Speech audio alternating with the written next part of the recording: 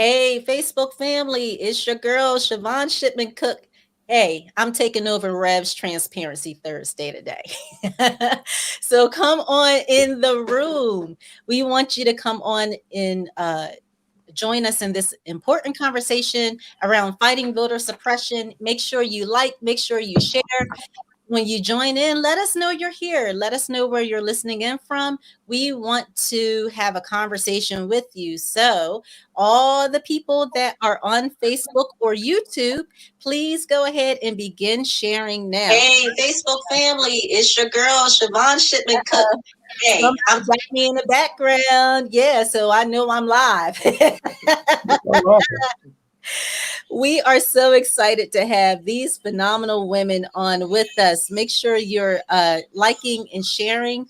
If you are on the stream with me, make sure that you have your volume down. I'm messing with my laptop and my phone as we speak. Come on, everybody. Let us know you're here. We have some exciting people, including our very own Pastor Robert V. Shipman Sr., the Bishop. Hey, Reverend, go ahead and say hi to the peoples. Hey, everybody. Thanks for coming on tonight. We're looking forward to the discussion. I hope that a few of you at least brought pencils and papers or however you take notes on your mobile device or on your phone. This is something that we need here, both in Philadelphia and in Pittsburgh. We're hoping that our family's coming on board as well. So enjoy the conversation. However it goes, even if we do have an insurrection happening right now. If somebody loses their hair, right?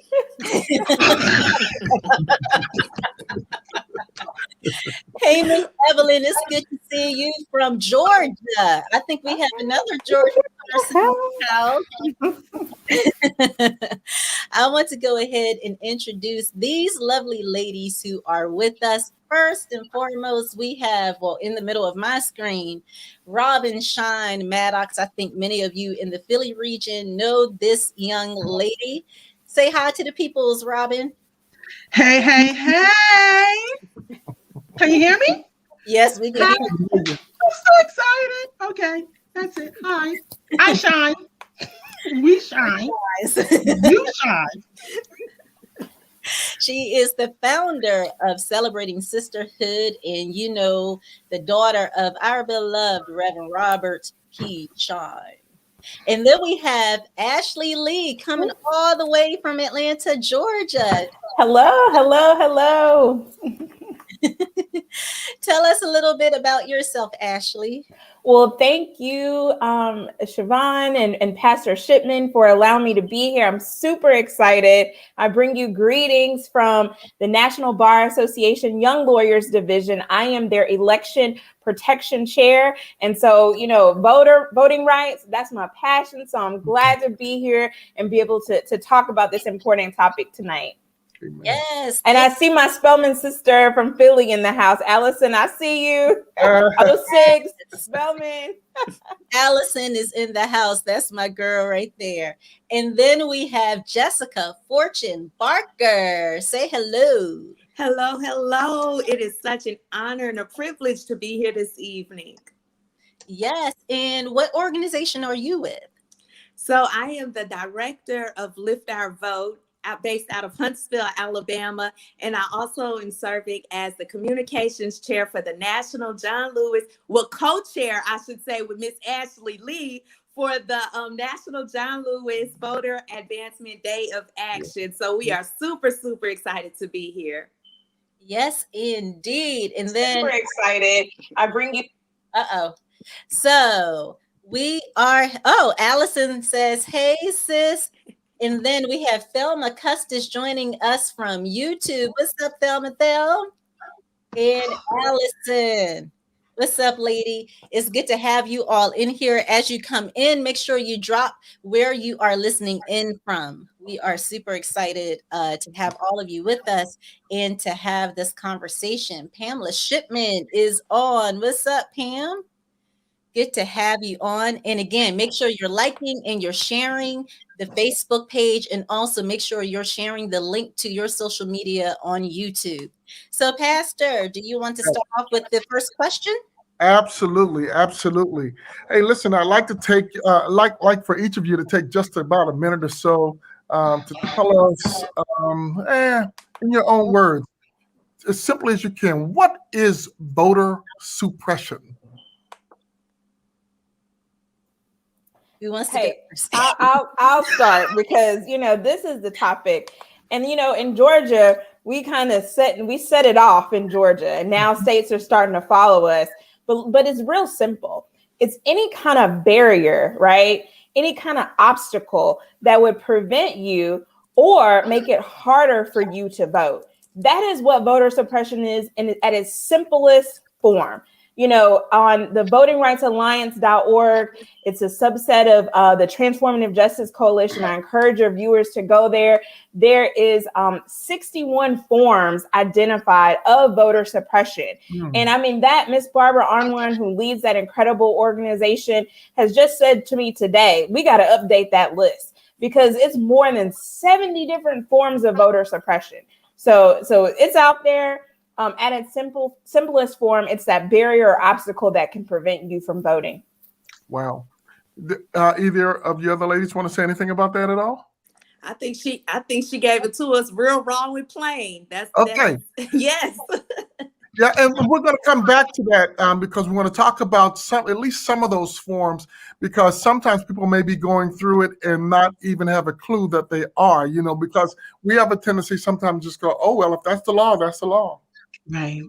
And we'll just kind of get discouraged. But I'll ask another question, and then I'll kind of defer to Siobhan for a minute if she has any. If not, then I'll continue.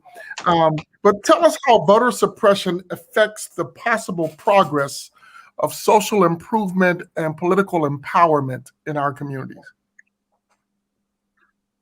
Well, if the vote is suppressed, then it does have that we are to expect, unfortunately, that impact, because then my voice, your voice, her voice is not being heard where it matters at the voting box, right? Because then when we go to the voting booth, when we go inside and we, cast our votes for our candidates, but not only that, like I know here in Pennsylvania, there are 4 important questions that's going to be on the ballot, right? And pending on how you respond, that will affect our communities. It does have a major impact. And I'm talking like right now, come May 18th, when we go to the primaries, Pastor, there are 4 questions on the ballot. And one of them has to do with race and ethnicity. Mm-hmm. So it is incumbent upon us, right? To I know you didn't ask this question, but for us to go to the polls. But even prior to going to the polls, we need to know who's on the ballot, what they stand for, and understand the questions that's being asked. Because if our vote is suppressed, we don't even have the opportunity to let our voice be made known. Let me ask you this, Robin, and ladies, how does the suppression itself manifest its impact in our neighborhood? For example, they just did a report, was it last night or the night before, on the census, for example. Mm-hmm. Now, I know that's not a voting issue, but for example, we know that Pennsylvania lost at least 1 delegate. Or was it 1 senatorial seat, one political seat? The question: mm-hmm. How does suppression? I don't mean the form that it takes at this point, but how does it manifest itself? What deficits does it create for us developing and improving in our neighborhoods? Well, I think we can look at like what's happened. Maybe we can step aside from Philly and Pennsylvania, and let's look at what happened like with the George Floyd case, right? Because the world saw that, right? We saw the video, we watched the trial, we saw the jury selection, we saw the verdict come down. Well, the key point is a lot of that was able to transpire because people voted in the attorney general, right? And that's, I think, where some people kind of make the disconnect between voting. Like voting it impacts every aspect of your life, right? Mhm. We saw that verdict in part, right? The jurors, ultimately issued the verdict, but we saw all of that kind of line up because the voters put that attorney general, Keith Ellison, into office, right? Yes. Then Yes. he took it upon himself because he was committed to this issue to make sure that it was a priority in that district attorney's office, right? Made sure that district attorney's office had the resources that they needed to make sure that they presented the best case in front of the jury. So if we want to continue to have justice, right? If we want to have police reform, right? We have to vote. Mhm. It all goes back to voting. Mhm. Thank you. Thank you. Like Yes, ma'am. I would like to jump in and say, so in follow-up to what both Robin and Ashley said, we know that representation matters. And so suppression often manifests itself and it becomes evident in our communities when we don't show up to those boxes and vote, because we then end up with voices representing us that really have no say-so or care for our communities. And then we start feeling those impacts via housing crisis. We start feeling that via access to healthcare, not having adequate access to healthcare, and hospitals in areas with a lack of transportation closing down, and further, putting a disparity into those people's lives. So we know that when we don't show up and vote, and we know that our voices actually matter because we showed up in 2020 and we see what happens. We showed up again in Georgia for the Senate runoff and we see what happens when overwhelmingly the reports were African-American minorities and youth showed up in record turnout. And you all see now how that really impacts us in our day-to-day lives. We then saw a change to the COVID response when the administration changed. So it's very, very critical to understand, again, in support of what Ashley and Robin said, it's important to understand that the vote impacts us every day, whether it's election season or not. We have to be aware of who we're electing into these offices. Amen. Wow, that's great. Those are three dynamic answers. And I'm hoping that our folks are picking that up. I'm a lifetimer here in Pennsylvania. And one of the things that I became acquainted with relatively early in ministry is that the state is in control. Of course, you learn this in civics, if they had civics in school, that the state legislatures are responsible for how education is carried out in any particular place. If we don't vote on who becomes our state representatives, then even the education of our children and our grandchildren is impacted. Again, where we actually go to vote can be impacted. So thanks again for the impact and information. And somebody mentioned healthcare, which is really, really critical, because there is largely a partnership between federal government and state governments on certain things. And if we're not putting in the people that have our welfare in mind through our vote, then we are seldom going to get the benefit of what is available for us through whether it's state funding or federal funding. Siobhan, let me turn over to you, see if you have any question that you want to ask at this point. Yes, and before I ask my question, I just want to say hello to Onika Williams, who is joining us. And also, a coworker of mine has joined in, Karen Diamond. Hi, Karen. In from Pennsylvania. Thank you all so much for joining us. And don't forget to share and to like this video. So one of the questions, and I'm wondering if I'm just going to steal Rev's thunder, is what tactics?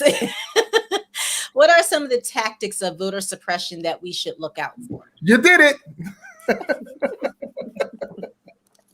Well, I would encourage your viewers to definitely check out the 61 forms of voter suppression on the votingrightsalliance.org website. But just to name a few that have been in the news recently, right? That they may not be calling it voter suppression, but it is voter suppression.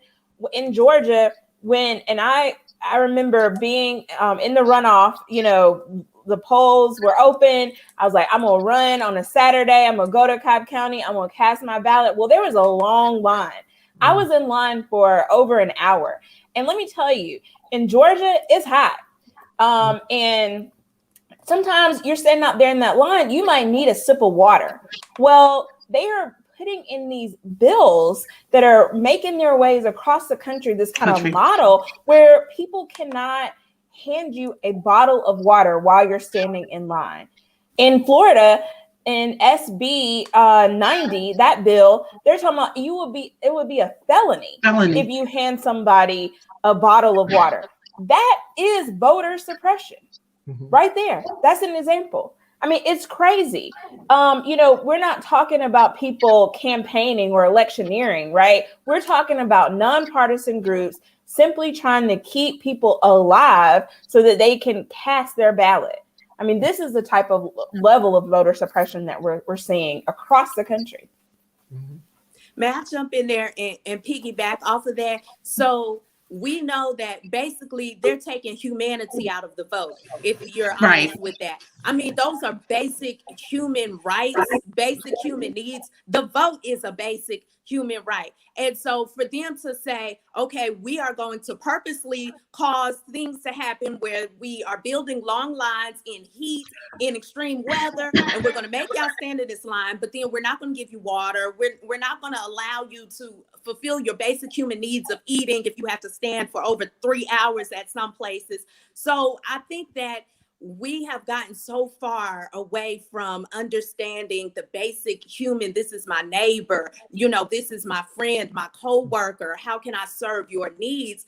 That, man, it's just a sad day. But I think we stand on a cusp of it changing. I think the narrative is starting to shift. We're standing on a ground in which we are starting to see that hope that former presidents have spoken of. And so I think that if we continue to fight back against this suppression, if we continue to stand collectively and say we are calling for the protection of voters' rights, we are calling to make sure that every eligible voter has access to the ballot box, I think that we will start seeing such a shift occur in what is happening on the ground in communities that are directly impacted by so many of these legislative measures.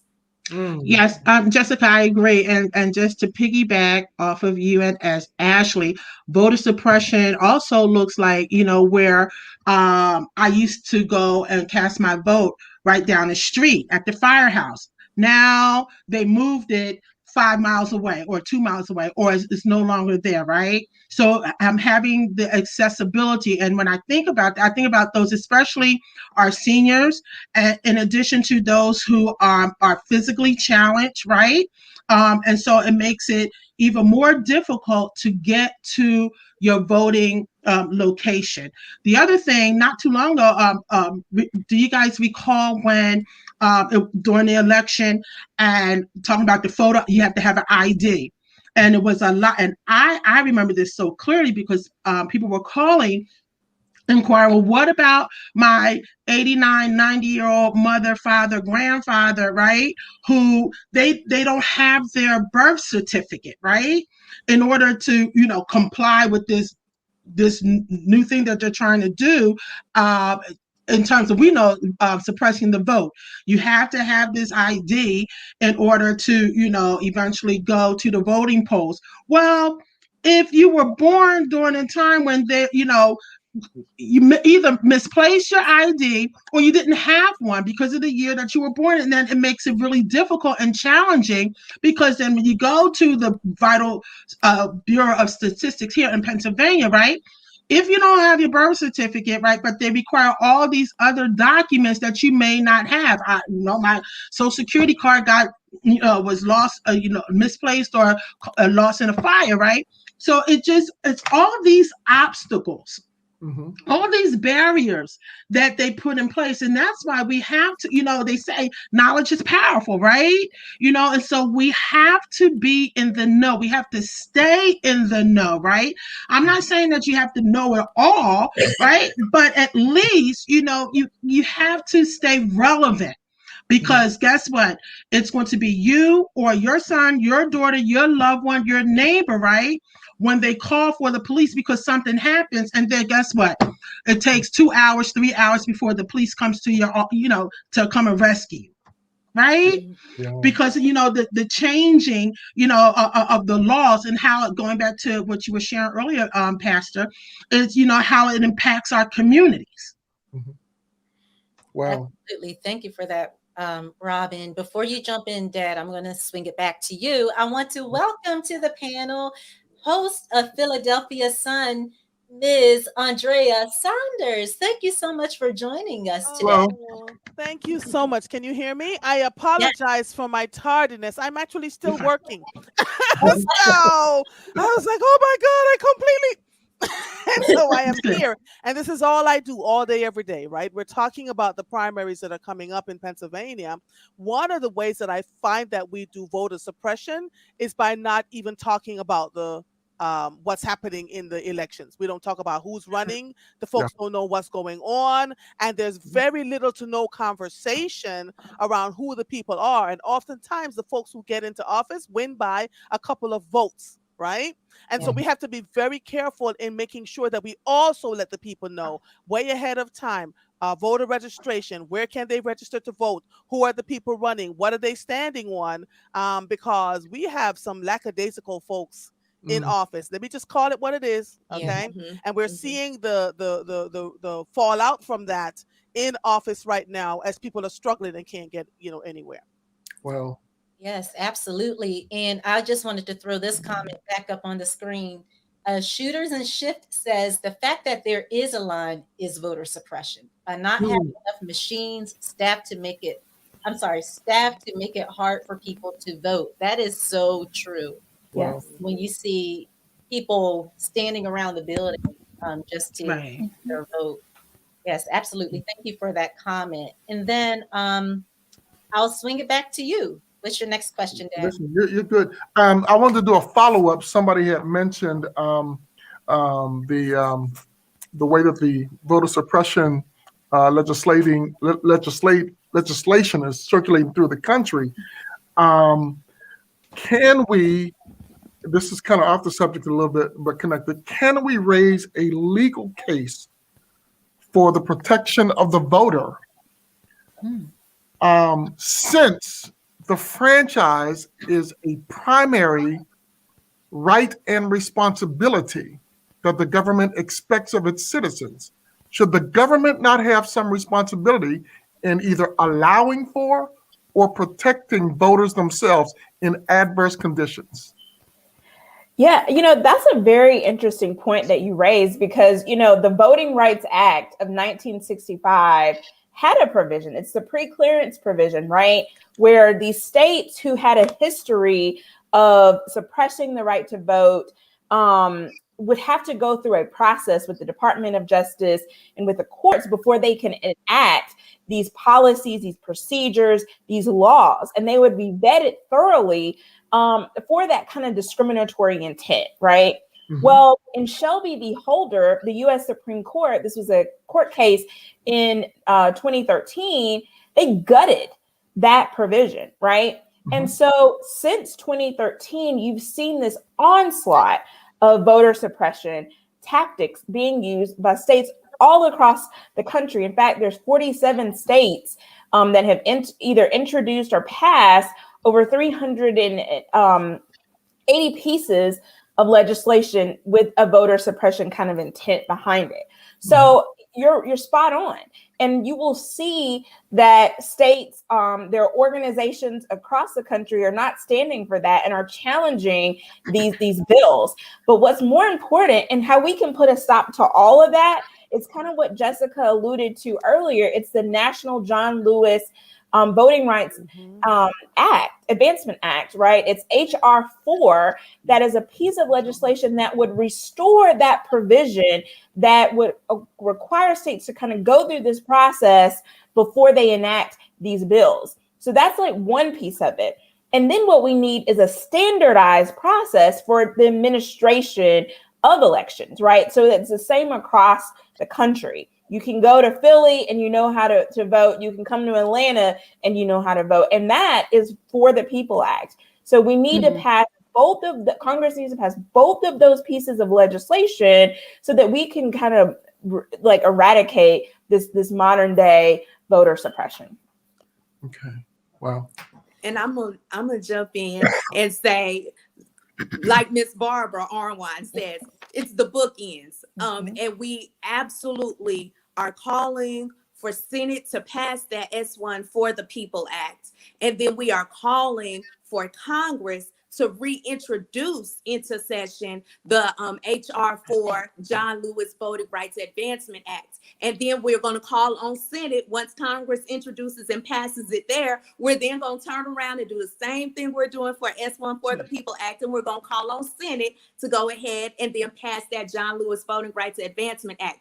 We need both of those to protect our voters. We need both of those to make sure that our voters are covered when they go to these polls. So just like we look for protection in the streets, we look for protection in the church, we need protection at the ballot box. And that is exactly what S1 For the People Act does. And that's exactly what HR 4 John Lewis Voting Rights Advancement Act will do. And that's why we're calling on the nation to join us on May 8th to make sure that everyone, all of our legislators that we have voted into office, it doesn't matter what party, what color, what church affiliation, it doesn't matter. It's time to hold them accountable and say that you're here to represent the people, and we're going to demand that you do that. And we want to see these laws passed so that our voters can be protected in every election going forward. Oh, amen. Siobhan, I'm going to turn back over to you because I know some people are trying to say some things on Facebook or on YouTube, okay?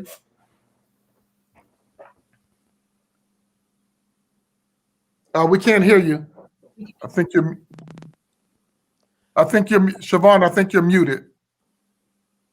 Yeah, I was trying to be a good actor and not noisy back here. I'm sorry. Hey, listen, all I can say is stick to singing, girl. Stick to singing. They don't want to hear me sing. BJ says, and we need to remember all political change starts locally. We can't wait for midterm and presidential elections. Absolutely. And then Shooters and Shift came behind him and says, great question, Pastor. Citizens have had cases against bills and bad actors across the country as late as 2018. The cases have been around voter purging, which I'm glad that was brought up because I had a question around purging. And then BJ also says, starting with local county commissions. I think he was speaking to Jessica's point. Yes, Robin, I see your hand up. Yes, and I want to speak to what BJ just shared. And he's absolutely right. It starts locally.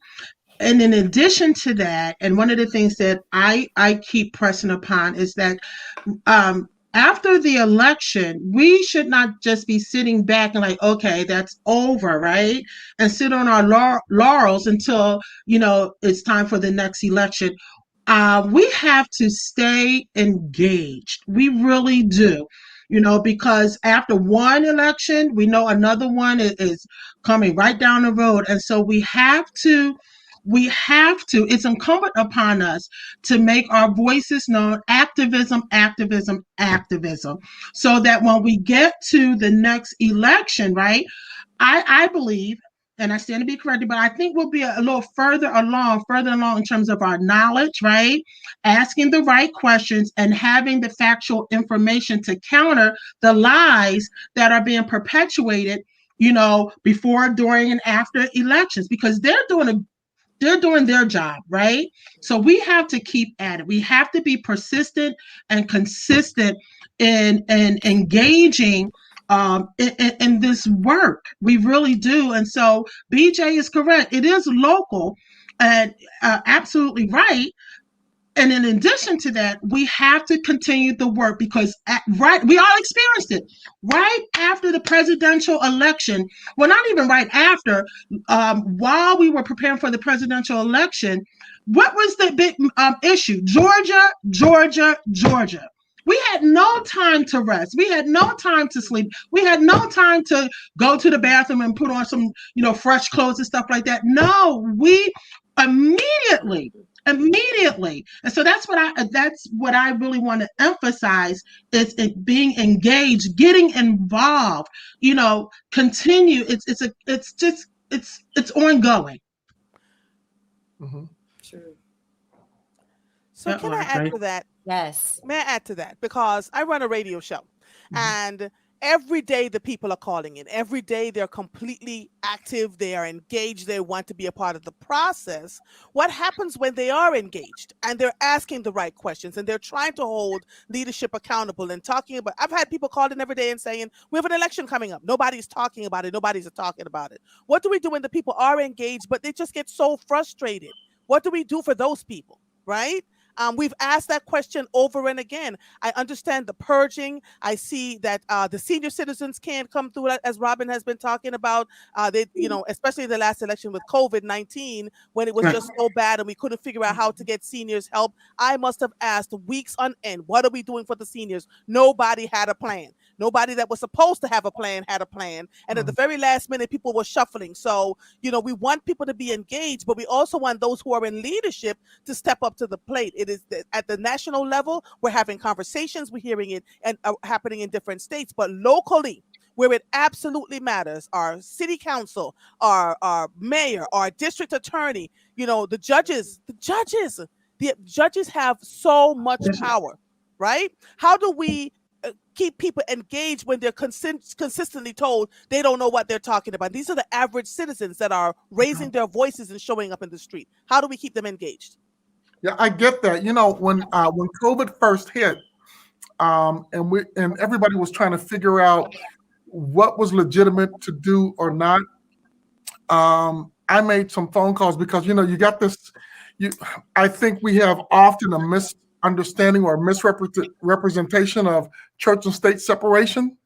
And somebody threw on me the Johnson Act a while back ago, and that's another subject for another day. But I was asking the question and said, well, okay, what are you asking the churches to do in the middle of this crisis? I kept getting these political answers sounding something like this. Well, we want everybody else to shut down. We want businesses to shut down, but we're leaving it up to the churches. Now, I'm not damning them for that. I'm simply saying I think what we need to do is force them to revisit what that means. In this kind of situation where we had a pandemic going on, you should have just been saying, listen, we're in a state of emergency. Let's shut down everything so everybody can be safe, rather than trying to find some crevice that would keep you out of harm's way later. We've got to save people now. And I talked to people from the city, from the state. I can't remember whether I got to the national, but nobody wanted to touch it. The other thing is with respect to the Johnson Act, they kind of, I personally, I think voter suppression started back in 54, shortly after the Supreme Court ruled that separate but equal education was not legal. But anyway, I think what we need to do is revisit and see what that means about us opening our voices, because in our community, our major voices in the place where we find most of, or at least many of our voting constituents are in those places. And the prophet has always had a right to speak on behalf of divinity, regardless. Listen, here's what we need to pay attention to. They're shutting off the water. They've poisoned the water, whatever the case may be. It's immoral. It's unethical, whatever. But when we lose those kind of the privileges to speak out for our people, and now we have to wait until Friday or until Monday, whatever the case may be, when the people don't gather, it's a problem. It keeps our people unaware. It became obvious to me during COVID that sometimes our politicians find places to hide because they don't want to engage these subjects for what they are. I hope that made some kind of sense to you all. There's an issue there. Made sense to me. And I think we have to tell people, sometimes the buck stops with you, right? Sometimes if the politician isn't doing what you want to do, well, maybe it's time for you to show up at his office or her office and say, I need to talk to you. These are my concerns. If you're not answering the phones, if you're not, responding to my emails, I'm going to come to your office and I'm going to have a conversation with you about these issues. Sometimes we want to just pass the baton on to someone else when we got to organize ourselves. We got to take the training. I know Jessica has had some trainings with the Transformative Justice Coalition. We got to learn how to organize. And when people aren't doing what we want them to do, we organize amongst ourselves and then we hold them accountable. And by holding them accountable, we attend meetings. We attend the school board meetings. We attend the election board meetings. We attend all these meetings where decisions are being made and we have our voices heard. Thank you. Yeah, there's a lot. We've got a lot of work to do. We really do. Well, let me ask you this.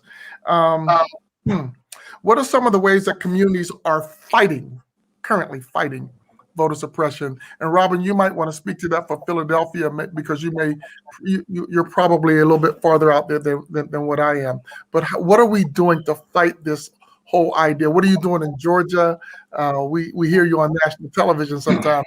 But what can we borrow and what can we share that can help our communities nationwide fight this whole concept of voter suppression? Well, I think, and I do know, with all fairness, we do have some elected officials here, statewide, and even on a local level, right? We can always do more, and we always can use more of others joining in and assisting with this fight, because it's not about me. It's not about elected official A. It's for the greater good. It's for everyone. And so I'm just of the mindset, and always have been, that if I have information that I know that is critical and to not just me but to everyone else, then we partner together. We share this information. We exchange this information, even going outside of and just hear me, I may get booed for this, but even going outside. For example, there's Jessica and Ashley, and Siobhan and I had the privilege of meeting them and coming to know them through a larger organization called Transformative Justice Coalition, right? And so we're hearing what's happening in Alabama, we're hearing what's happening in Georgia, we're hearing what's happening in DC, and we know what's happening in Pennsylvania, right? And in Philadelphia area. So we're not the only ones. What is working? And how can we collaborate and work together to share this information, to disseminate this information, to get it out, right? And to work and to partner with those in our grassroots, right in our neighborhoods, on the block, right? And as well as targeting. I think someone has said, going to the elected officials' office, right, knocking on their doors, almost like I shall not be moved until I hear from someone in your office, calling, email, and I can just, on a professional side, say, you know what, my career. People are calling, right? And people are sending emails, right? And people will hunt you down. I know that for a fact, that people will, because what matters to them, right? There are people who are relentless, and people will and are persistent and say, no, I need to hear from my elected official, even if it means I got to Google my elected official and his or her staff, right, until I get a response.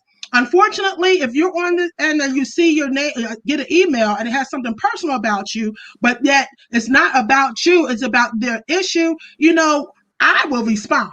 And I have responded. And so I'm saying, yes, here in our city, we are working together. Of course, we may not always agree on everything, but I think let's find a place where the commonalities and work with our union leaders and our educators. And we have to continue to do the work, as well as, when I say canvassing, knocking on doors. Well, we can't kind of do that right now, right? But making sure that information is out there. And so I know here on the ground, on the state level and on the federal, on the city level, we do have some great elected officials who are committed to the work, because rather than talk about it, you actually see what they're doing. And we have to get behind them, because the truth of the matter is they too are up against a lot of opposition. But we have to keep plowing. Yes, Andrea, many of us get frustrated. We want to throw in a towel, the whole 9 yards, but we got to lock arms. When I'm getting tired, I need someone to hold my hand up, hold my arm up, and we got to continue with this fight. So I know here in Philadelphia, we are doing the work. It may not be at the level in which one would say, oh, well, we should be here, but we're still here. But I just want to advocate on the side of those who are doing the work, including our media. Andrea, like she said, she's out there talking to people every day and responding to them, every day. So I can just say, and I'm just optimistic that we're going to do better, right?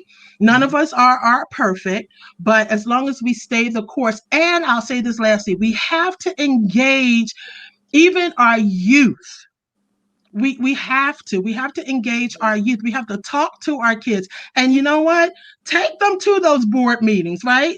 Take them to the community meetings, because they need to be aware. Break it down to them, right? Because they need to be aware, because this is their future, right? And they're living right now in the moment. And so they too need to be exposed. I always want to call you Bishop, but Pastor Shipman, Pastor Shipman, you know what? We cannot, and I get so frustrated. I said it, when people, there are folks who always say, separation of church and state, separation of church and state, separation of church and state. You know what? Listen, until I see you behind bars, Pastor Shipman, you and others, because you did something, you understand, that violated separation of church and state, I'll pay your bail money. All right. I said that publicly, right? But bottom line, we have to do it, because if they shut the voice of the church, whatever denomination, whatever religion down, right? That I believe that's another part of voter suppression. You may not agree with me. You may not agree with me, but I think that's another tactic, a voter suppression tactic. Because I don't care if you have a small church or a large church, right? Come on now. The people are going to listen to their faith leaders, right? Absolutely, right? We're not going to say, okay, I can't do nothing about it. You're a man of God. You're a woman of God, right? We want you out there on the front line. So yes, Robin Shine said it. I believe that is another form of voter suppression. And we got to be the list, Ashley. It's on there. I mean, it's so bad in Georgia that they are not even allowing people to vote on Sundays. Yes. So that's right. Yes. They're reducing early voting on Sundays. And then they're saying that, we're going to allow early voting on Sundays in certain communities that don't look like us. Right. And so, yes, I think you're absolutely right. It is a form of voter suppression. I'm gonna tell Ms. Barbara, make sure we put that on that new list. But you're gonna come in our pulpits, right, on Sundays to talk to the people, right? Come on now, how hypocritical. You want to come into our pulpits, right, or our place of worship to talk to the people because you want their vote, right? But when we stand up, right, and mobilize our folks and get them registered or whatever, now that's voter suppression. The devil is a liar. I'm sorry, okay, but I'm saying it's no. Okay, let me put my help me out, Andrea. Because that is voter suppression. No, but here's another thing, and I'm putting it out there. You guys bail me out. But you know what? Depending on what church or a faith you're affiliated with, you don't have a problem taking their money. Yep. Right? You don't have a problem. You don't have a problem taking their money. Come on, somebody. Absolutely. Amen. Absolutely. Right? That's one of the things that we don't take advantage of. I've said this, and I've been trumpeting this for a long time.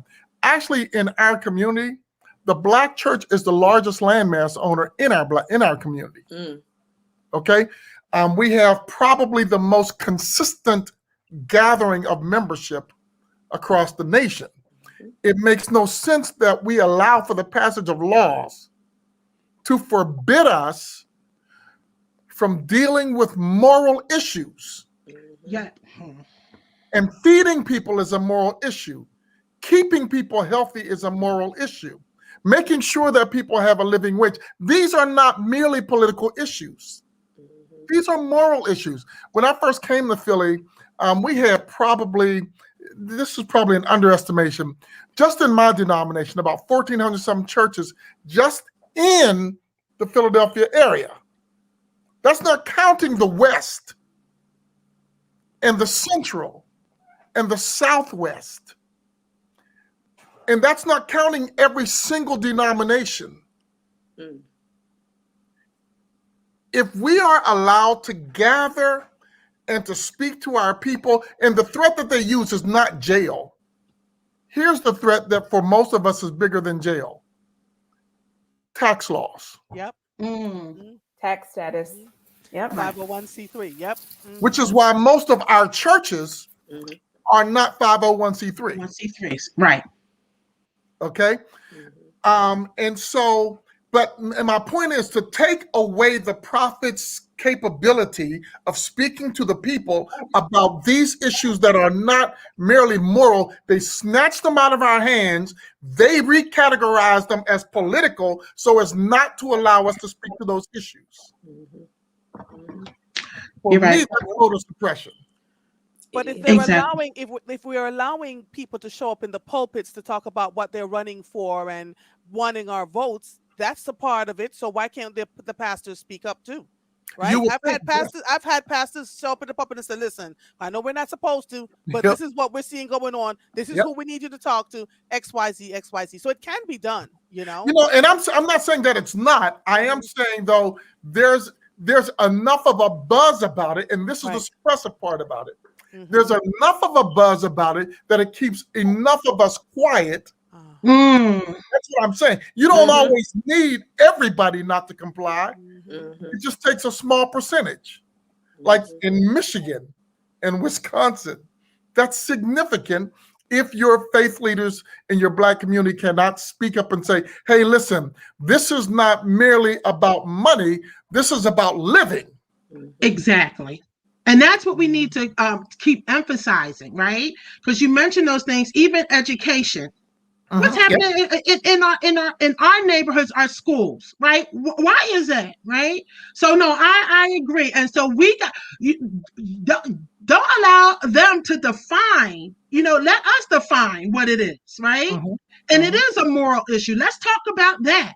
Right. And we got to keep speaking that language. We have to keep speaking that language. We got to cry loud and spare not. And for us women, with all due respect, Pastor Shipman, but with all of us women on here and those who are watching, right? Let me tell you something. We are some fine, fit, fabulous, fearless women, right? That are going to, like Esther, if I perish, I perish, but I'm going to see the king because my people are at stake here. Oh, I'm so sorry.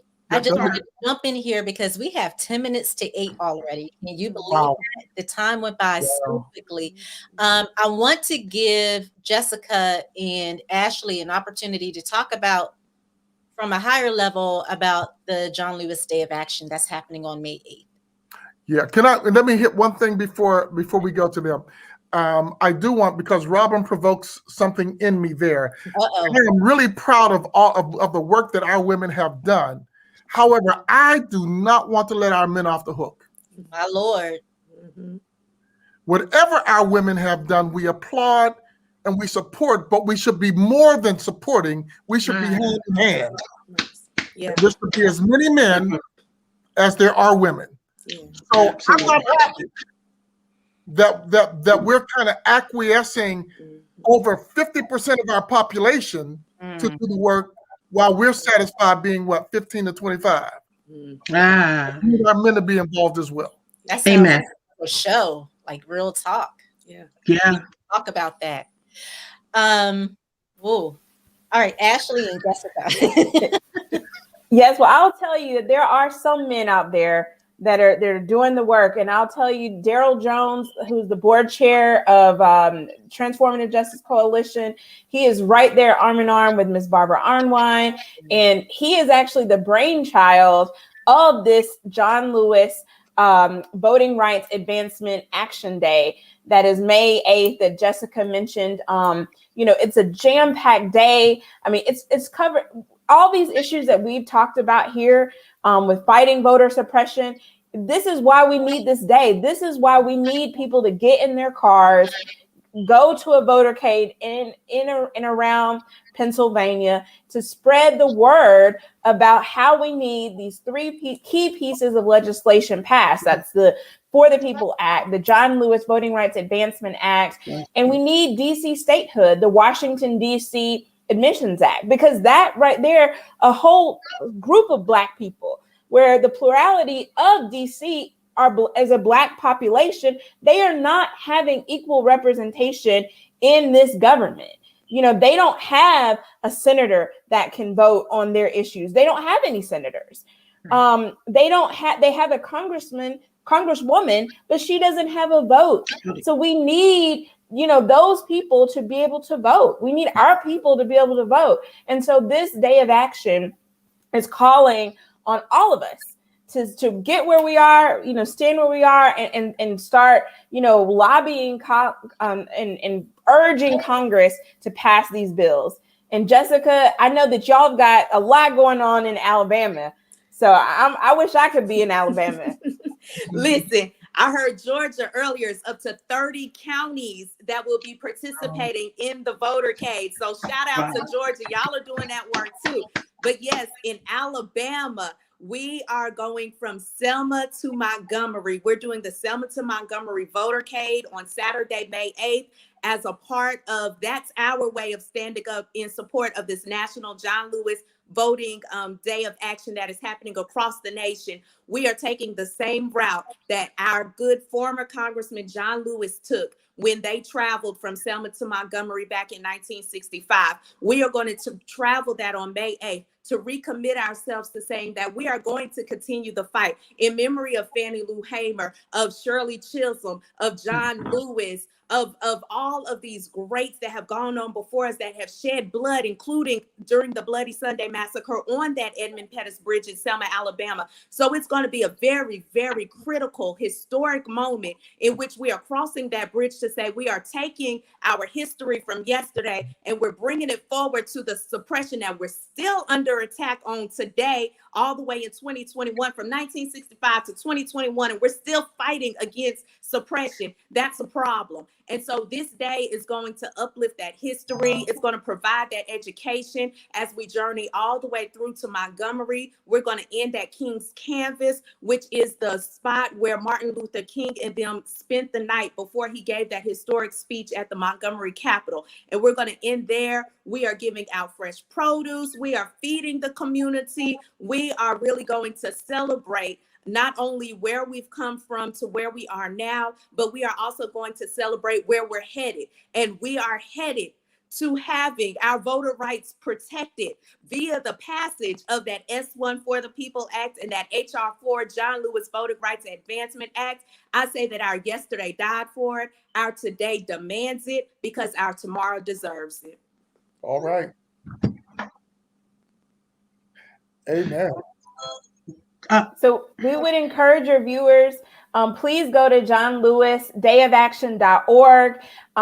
Start a votercade in your community. You can listen into the national broadcast. You can access that national broadcast on the Transformative Justice Coalition's Facebook page.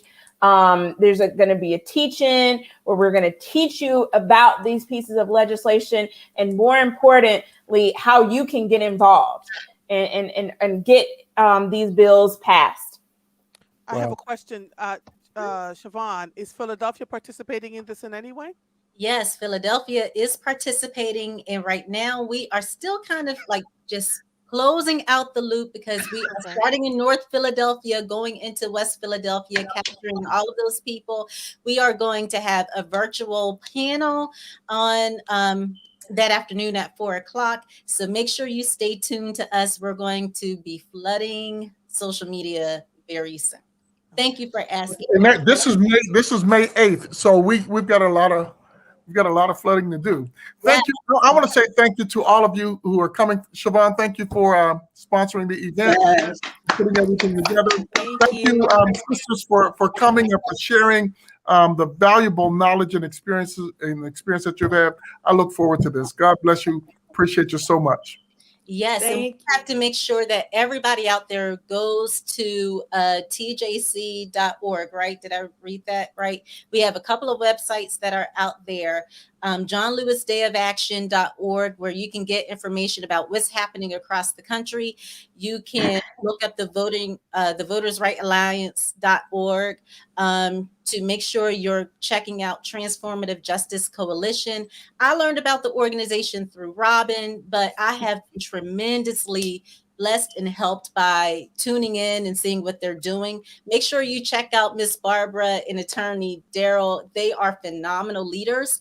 So make sure you don't sleep on that organization. They're doing some major things. And I know that our sister in Georgia Stacey Abrams gets lots of credit about what happened with the Georgia Senate runoff. But let me tell you, TJC was in the background doing their thing. So we cannot sleep on the work that this organization has done. I am going to close out because it is 7:56. Thank you so much, Pastor Shipman, for letting all of us women infiltrate your transparency. Thank you so much, Jessica, Andrea. It's such a pleasure to meet you. I listened to your interview with Robin last week. You do a phenomenal job, and we will be tuning in. Make sure you check out Philadelphia's Sun. She is major, so make sure you check out Andrea. Remember Ashley Lee, she's doing big things in the National Bar Association, Jessica with Lift Our Vote, and Robin with Celebrating Sisterhood. All of us are trying to make a difference in our own small way, and we encourage you to get involved, all right? If you have any questions, make sure you check out those websites, and don't forget to share. If people have missed this, you need to share so they can catch the replay. I'll see you later. Deuces, everybody. God bless.